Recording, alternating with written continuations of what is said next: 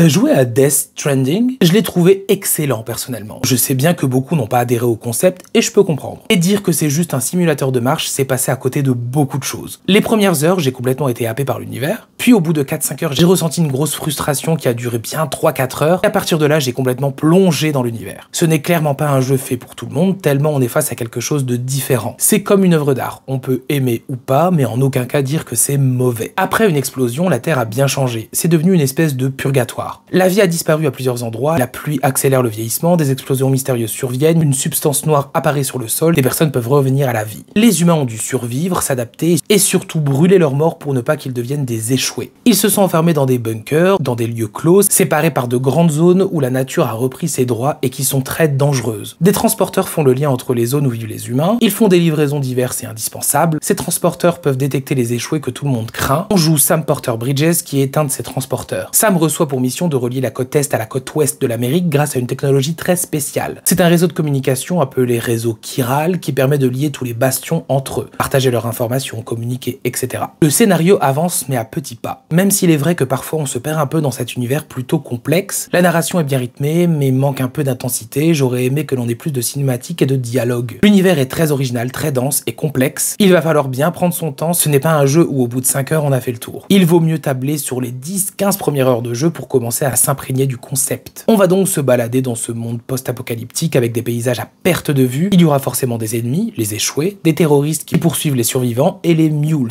d'anciens livreurs devenus hostiles. Et on va surtout faire la rencontre de plusieurs personnages, tous très bien écrits d'ailleurs, chacun prenant une grande place dans cet univers. Aller de base en base va être assez difficile, que ce soit le relief, l'altitude, les terrains, les ruisseaux, les échoués, la pluie, les ennemis, on y trouve pas mal d'objets, de marchandises abandonnées à ramener, de camps ennemis à fouiller, etc. Chaque livraison est un périple exigeant et stressant. Au départ, notre premier voyage sera difficile, le temps d'appréhender tous les concepts. Mais plus on avance, plus on va débloquer des outils, des équipements, des techniques qui permettront de rendre les parcours beaucoup moins difficiles. On découvre aussi de nouvelles difficultés qui s'effacent avec la progression en débloquant des solutions. Se déplacer avec Sam est loin d'être facile, mais tout paraît logique. Il faut s'habituer au fait que l'on dirige les deux bras de Sam de manière séparée, qu'il faut garder une certaine stabilité sinon on chute, de jauger l'endurance, faire attention au poids de la marchandise, de la disposition des colis sur le dos pour garder l'équilibre. Chaque itinéraire doit être pensé avant selon la topographie, il faut utiliser le matériel adéquat. Plus on fera de livraisons de la quête principale et des quêtes secondaires, plus on va débloquer des éléments de l'univers mais aussi des outils intéressants. Les livraisons sont notées sur plusieurs critères, par contre le côté combat et infiltration n'a rien d'exceptionnel. C'est même assez décevant vu tout le reste. La solitude c'est le maître mot du jeu, on sera quasiment tout le temps seul. On est tout de même accompagné par Bébé, une espèce d'enfant dans une capsule reliée à Sam. C'est grâce à lui que l'on peut détecter les échoués. La relation entre eux est centrale dans le jeu. On peut le consoler, le bercer pour diminuer son stress lors des chutes ou des combats. Sur la route, on sera aidé par les autres joueurs de manière asynchrone. Ils vont laisser des structures sur la route pour nous aider. Un côté social très intéressant, on peut liker. Une fois les différentes bâtisses connectées au réseau chiral, le monde sera plus facilement praticable vu le nombre de structures d'autres joueurs qui facilitent le passage. On reconstruit le monde